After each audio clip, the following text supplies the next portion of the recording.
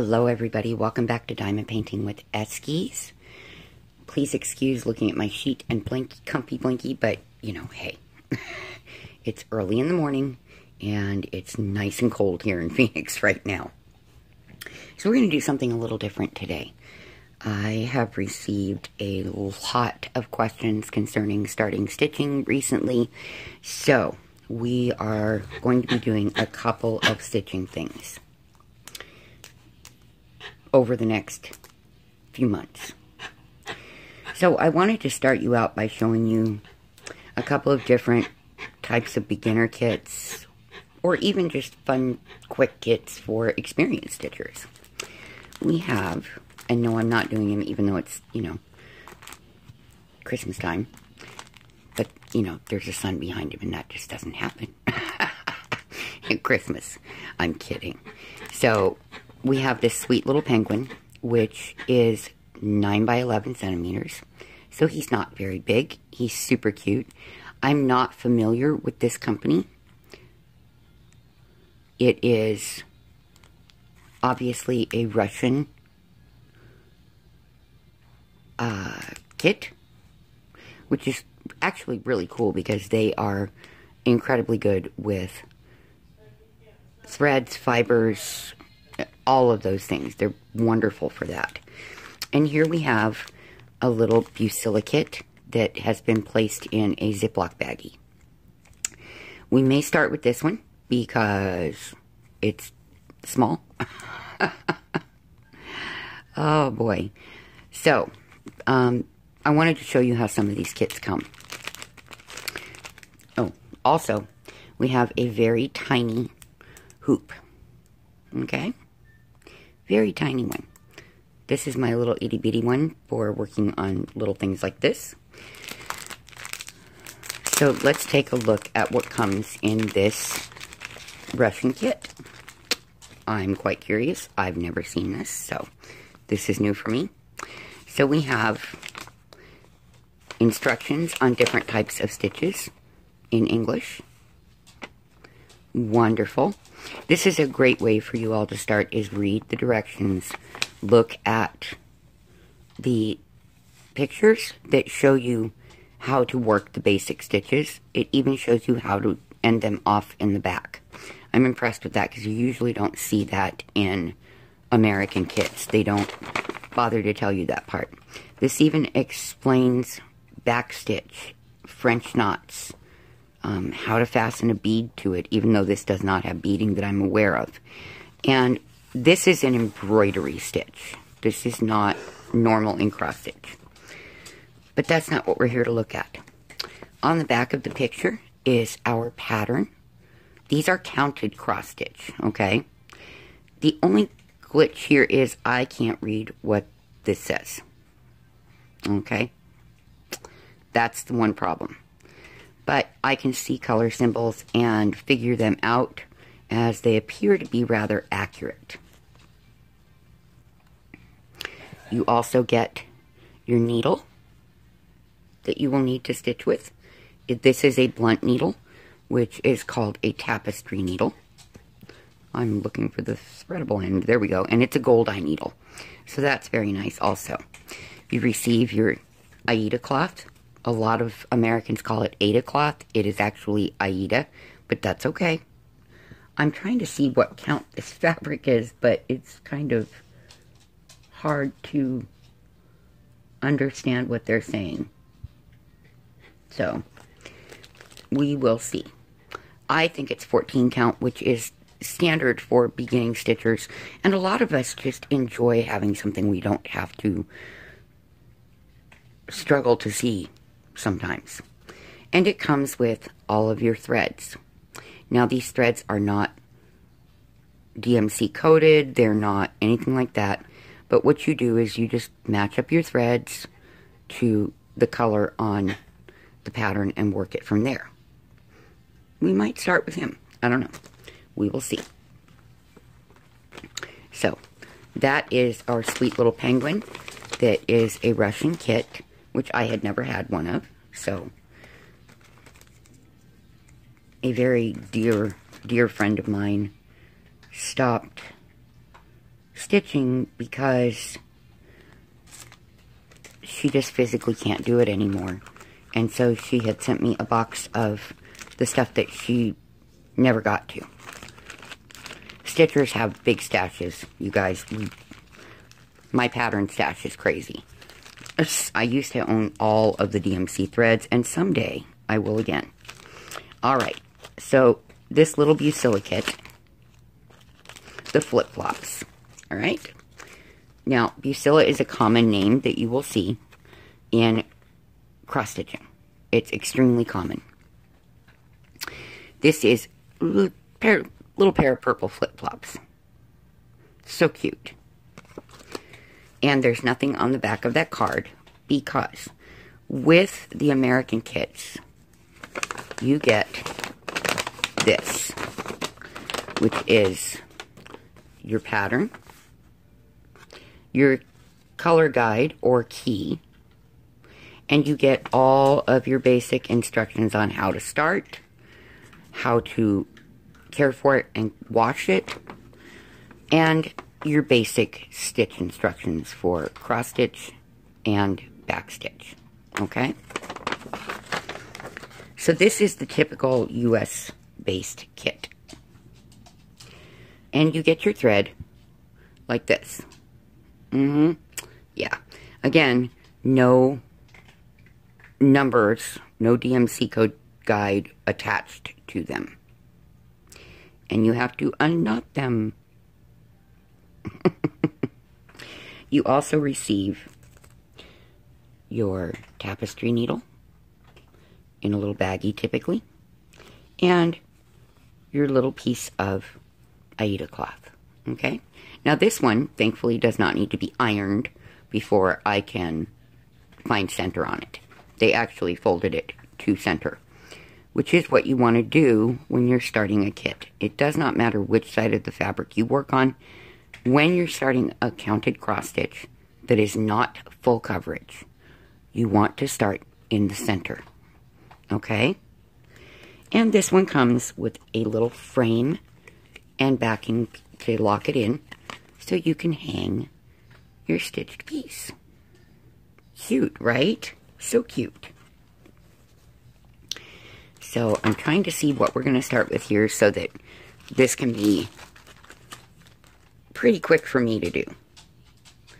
Part of me wants to do that little penguin, but he's quite a bit bigger. What do we want to do, guys? Let me see. This doesn't even guide you on thread, but or stitch area, but I can figure that out on my own. So I'm kind of a big girl and used to doing this. Oh, on these patterns, you see the drawn lines, okay, the stark lines. That's your back stitch. So you stitch all of your cross stitches, and if they call for any tent stitches or half stitches, it's the same thing. And then you want to do your back stitch. If you have French knots, you put those in after the back stitch. Trust me. Because they're dimensional, so you will need them to be the last thing you do on it, or adding your beads if you have beads. Oh, sorry guys, I'm still working on my coffee. Like I said, it's early. Well, you know what, guys? This has some confetti in it. All of them are going to if they're cute, in my opinion. It works just like with diamond painting. I think we're going to start with the little penguin because, you know, it is December. I was going to do the flip-flops, and then I went, maybe not. Maybe we should do this instead. So I will put all of this back in its baggie. Now, my sweet friend apparently at one point wanted to do these little flip-flops. And she had put the DMC cardboard bobbins for your thread into the package. And I'm sure it was the correct number for this kit. Because she's like me, she likes to be prepared, get everything ready ahead of time. I don't usually put my thread on bobbins anymore because I like to be able to accurately know exactly how much thread I'm working with based on how I pull the thread. It's just because I've stitched for so very long. So I'm able to do that. Let's not forget its little frame, right? Right. I have to get that in there. That one's difficult to get in there. So I am hoping that this will interest many of you who are interested in stitching or curious about it or are stitchers. Sometimes, even those of us who have done this forever and ever, or so it seems, need kind of a little refresher. Because a lot of us who work full coverage most of the time, we don't do much backstitch. So sometimes we tend to forget that. And we start, you know, in the corner. We forget, you know, what it's like to go back in and start over and find your center and everything else. So we're going to start with our little penguin, you guys, because he's cute. So what I'm going to do, oh, goodness. He has 9 colors, okay? As you can see here, sort of, with those symbols, he has 9 colors, all right? So I'm going to pull one bobbin. These are cardboard. You can get them in plastic. These are DMC, and they have a space to write the color number. You can buy big packages of these on Amazon, at craft stores, all over the place. Any stitching store is going to carry them if you happen to have what we call an LNS, which is a local needlework store. Most places, we don't have them anymore. The one here, both of them are so far away from my house that, yeah, that's not going to happen. So, it's okay, though. I'm going to unwrap and unfold this so that I can find my ends somehow, because I don't want to tangle my thread up, okay?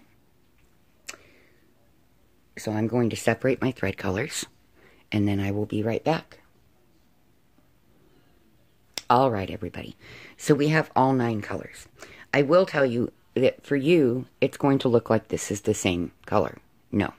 This is black, and it is for the backstitching, obviously. We have, this is a very deep blue. It's like a 939 color, you guys. Seriously. We have a soft baby blue, which appears to be for the snow and the top of the mountains. We have red, which is around his beak and his feet. We have a very light purple, which I would say is probably like 210. We have lots of white. We have a pretty bright yellow for the sun and on his beak and feet. We have orange for his beak and feet and cheeks. And there we are. So, no, there are no color names on here. However, the reason I am presuming that all of this around him is that 939 type color is because there's only the one small strand of black. So, based on the number of stitches in here of those colors, I have to presume that the black is just for his back stitching. Okay?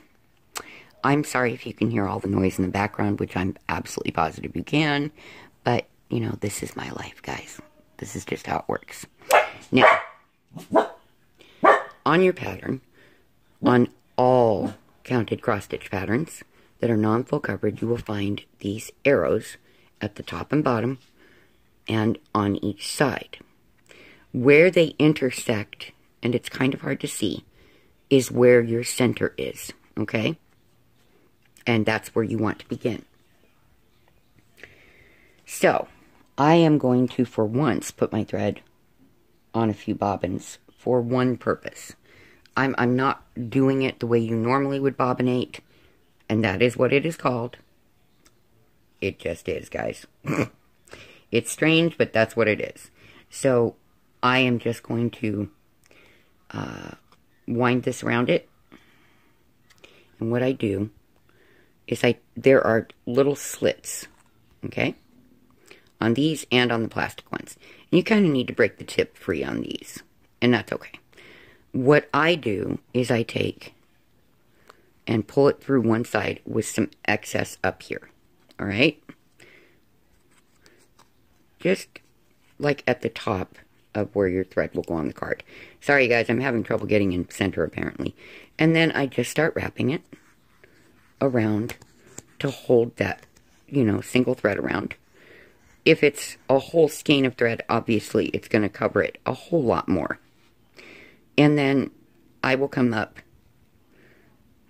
in the other one to lock the end of the thread in place. It's going to make it easier. I normally don't put them on bobbins because I don't like the creasing it adds to the threads. These are predetermined sizes of thread. They are pre-cut. Some of these are most of these are twice as long as what you want to work with. And in just a moment, I will explain to you what you want to do to get those down to a workable size. Okay? Let me get this one on here.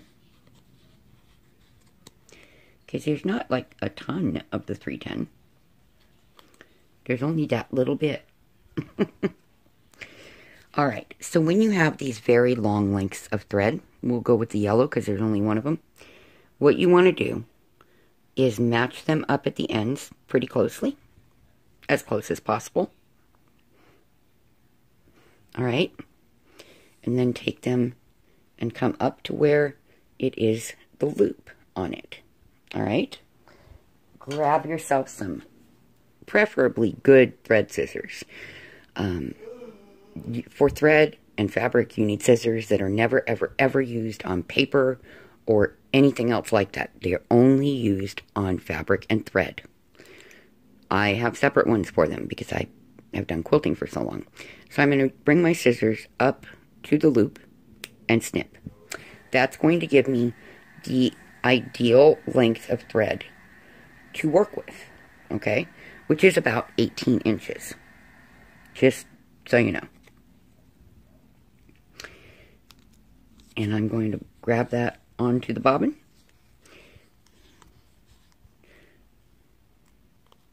Alrighty, there we go. So, that is how we do that.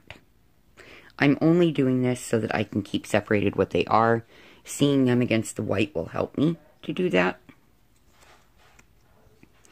It just makes it easier to know where I'm at. Okay? And I'm going to go finish these up and be right back. Okay, everybody. That took less than a second for you and quite a while for me. So, what I'm going to do is obviously remove the needle from the fabric because that's not how we want to start. So, you have two options with this. You can iron your fabric and then put your creases in it, which when I'm doing a bigger piece is exactly what I do. But your main thing here is to line up your edges and crease the center, okay? Because you are going to need to find center to start these sweet little kits. Or if you find a pattern, anything non-full coverage, okay? And you can start full coverage in the center too. You absolutely can. With some of the companies, that would be difficult to find because they're like 30 and 40 page patterns. So here's my center. So I have to choose, am I going to start above it or below it? Alright? Because it's not in a stitch, it's in between them to give you a perfect center. So what I'm going to do is I am going to, because I'm me and I do my own thing a lot and I'm trying to teach you good habits.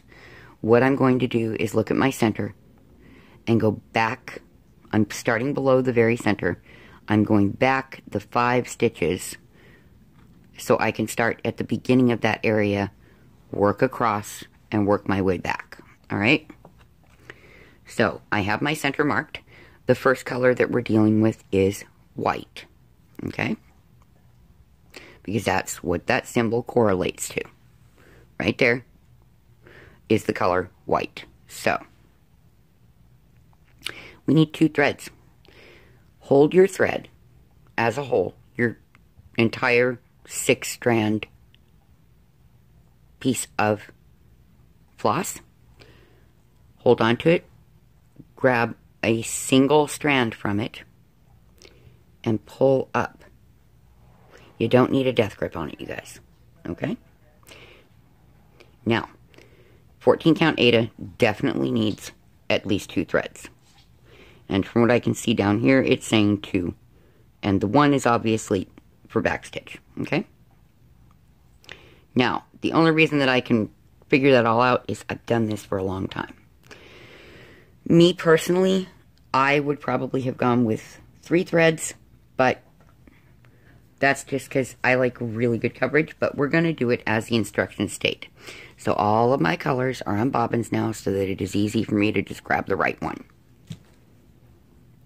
Yes, it is hard to tell the 310 from the 939, but in this case it's very simple because there was a lot of 939 and only a little bit of 310. When they're up against one another, in person, I can see the difference. That's difficult on camera, I would imagine. So then I take the ends of both strands, I line them up, smooth them down so that they're even, and then I need my needle. Okay? Now, for me, I'm old. This is the tricky part. If it doesn't want to go through, you have 2 options. Do what I do, lick your thread, that helps. But some people don't want their DNA on their stitching. The other option that you have is to look at it carefully. Sometimes these will have little pieces of fuzz off the end, and this one does. So just take it, take your thread scissors, and snip the teeniest bit off the end. That will help it to thread, because now we're not dealing with little individual bits of fuzz or fur or, you know, thread, whatever. In my case, usually it's fur. It's Esky hair. And see, then it went through very easily. So, there are no knots in cross stitch. Okay? None. Except for French knots. So what I'm doing is I'm pulling this down a little bit. Like that. And then I'm smoothing it down. And as you can see, up here, there are 2 separate sets of strands. Down here is the single set. Okay? It makes it much easier to hang on to what you're doing. Now, in this case, this is not your average embroidery hoop. This one is designed to be able to use by hand or by machine. Just saying. So, you have a choice on how to do this. The proper way to do it is to put the metal in from behind. That's not me. So, because I like to have better tension that I can control. So I'm going to place the center area into the hoop, and we can watch me struggle for a few minutes. Okay. Yeah, like I said. That's why I usually use a different type of hoop. And I may have one right next to me. Okay. Let me see if this will fit. I think this will hold the entire design area.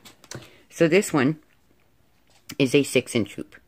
This is what you typically see other than the way this metal fastener is. This is a very old one. This thing's an antique, I'm not kidding you. And it's actually better quality than the new ones. So, that figures, right? In this case, we can go put this inner hoop on the bottom. This will be much easier for me to do, you guys. And you place this hoop over the top. Place this part usually up at the top. For me, it's easier to hang on to if it's on the side. I have a lot of problems with my hands, you guys. And I'm just centering the fabric in it because like I said, this is big enough for the design area. And then I am pushing it down as best as I can, because this Aida is stiff, which typically it will be. If you're working on a big piece, you can hand wash your fabric before you go to use it and soften it up if that is your preference. But you don't need to, because you are going to wash your piece by hand after it is done. The reason for that is to get all of the hand oils that attract dirt, dust, and everything else, and make the colors of your threads not look the way they should off of it before you frame it or hang it or sew it into a quilt or whatever you're going to do with it. Yes, I have done quilts like that. Okay, and then we just tighten down this little piece right there. And we have really good tension, as you can hear. Sounds like a drum. That's what you want. When you are working in a hoop, that is what you want. All right, so where we are, center for me is right there,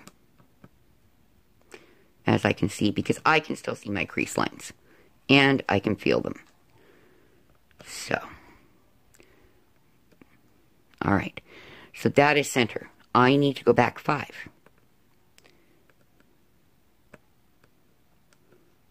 So 1, 2, 3,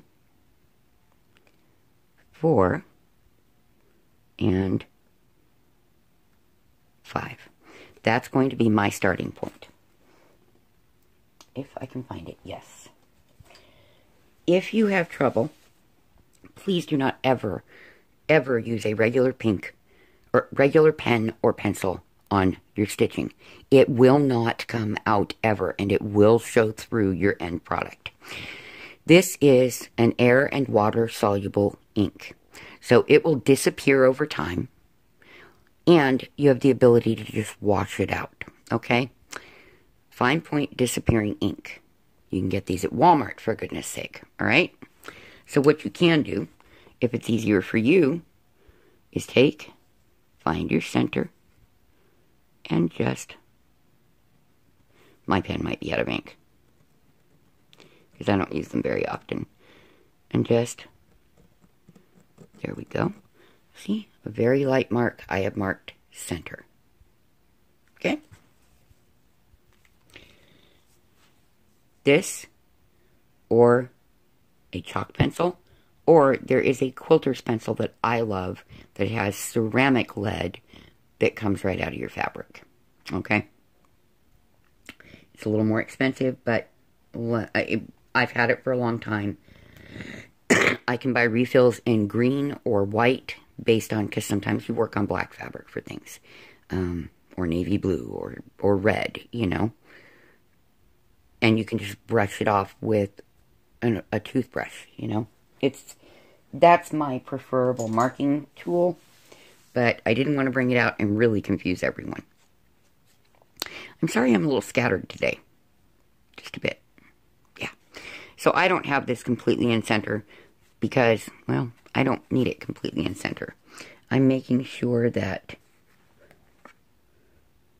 my measurement is right because, see, this fabric is not square.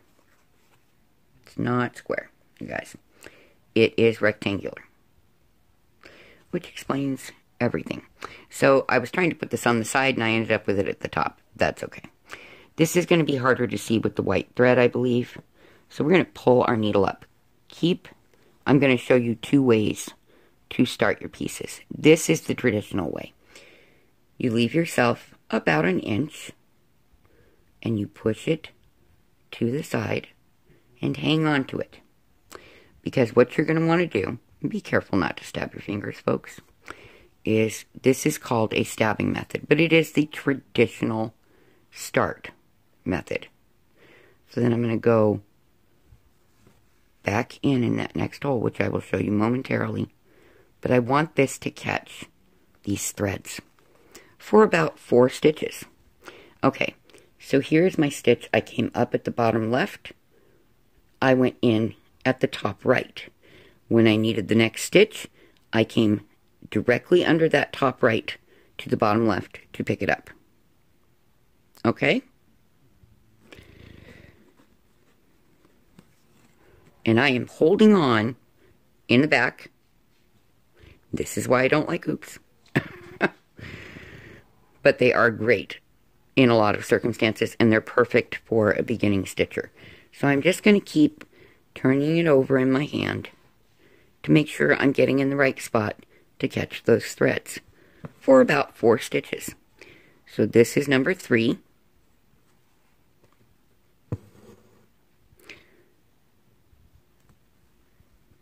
And here we are at number 4. Okay. So our pattern, I knew I needed more than 4. Our pattern is going to call for me to do 10 stitches, skip a stitch, and do 2 stitches. Okay?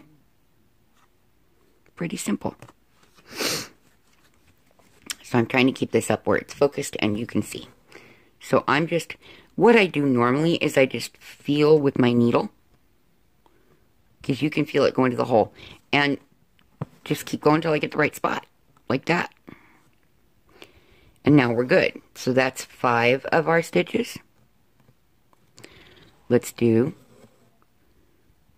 number 6. I'm really hoping this is in good view for you, because I don't want to have to take it out and start over. Number 7.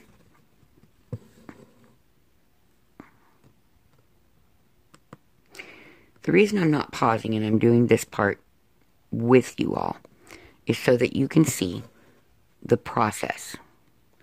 So this is number 8.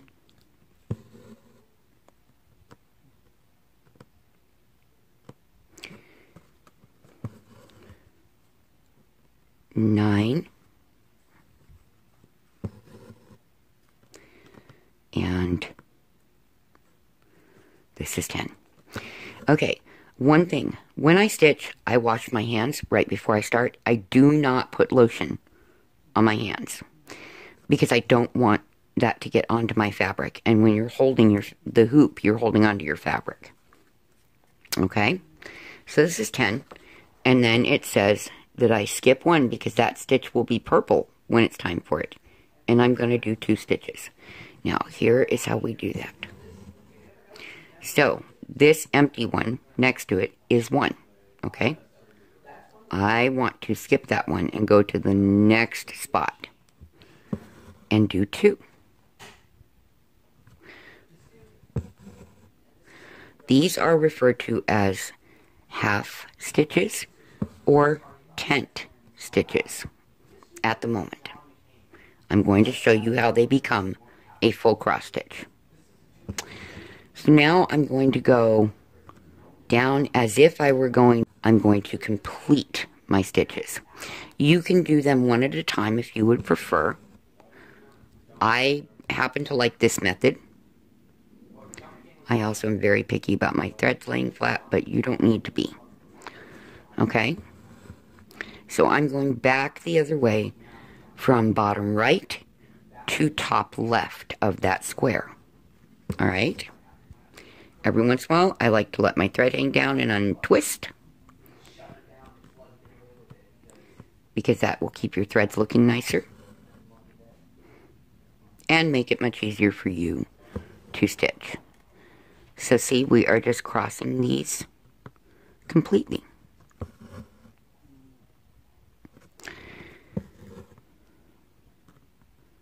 Now, I don't want this to be a 2-hour video. So we're going to, I will show you how to do 1 stitch at a time, and that will be the end of this video. On the next one, I will show you a loop method start and how to end your thread off when you run out of thread. But at this point, let's just get you started, okay? Excuse me. The reason you let your thread unwind is because as you're grabbing the needle, it twists. And depending on the person, it will go either right or left. And it's a lot of confusion to try and fix that on your own. So just drop your needle as you're holding your work up and let it untangle. Okay?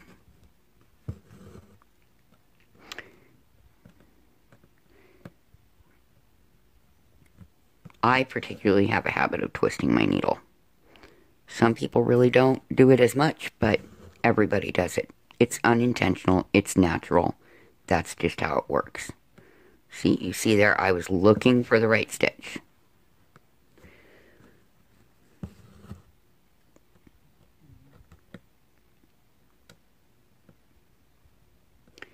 Get it in that spot. It wanted to split the thread, and I don't want it to. Now I'm going to turn it upside down this way, because, yeah, it gets twisty, it gets hard to work with, and it can form unwanted knots. Alrighty. So that is how you go across and work your way back on a color. The next row, okay, what I need to do is come down, go back 2, okay? Each one of these squares, bigger squares, is 10 stitches wide, 10 stitches down. So I already know that's 10 stitches.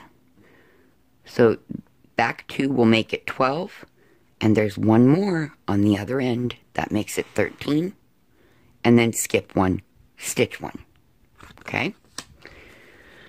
So all I have to do is go down to the next row, go back 2 squares, helps if I'm in the right row,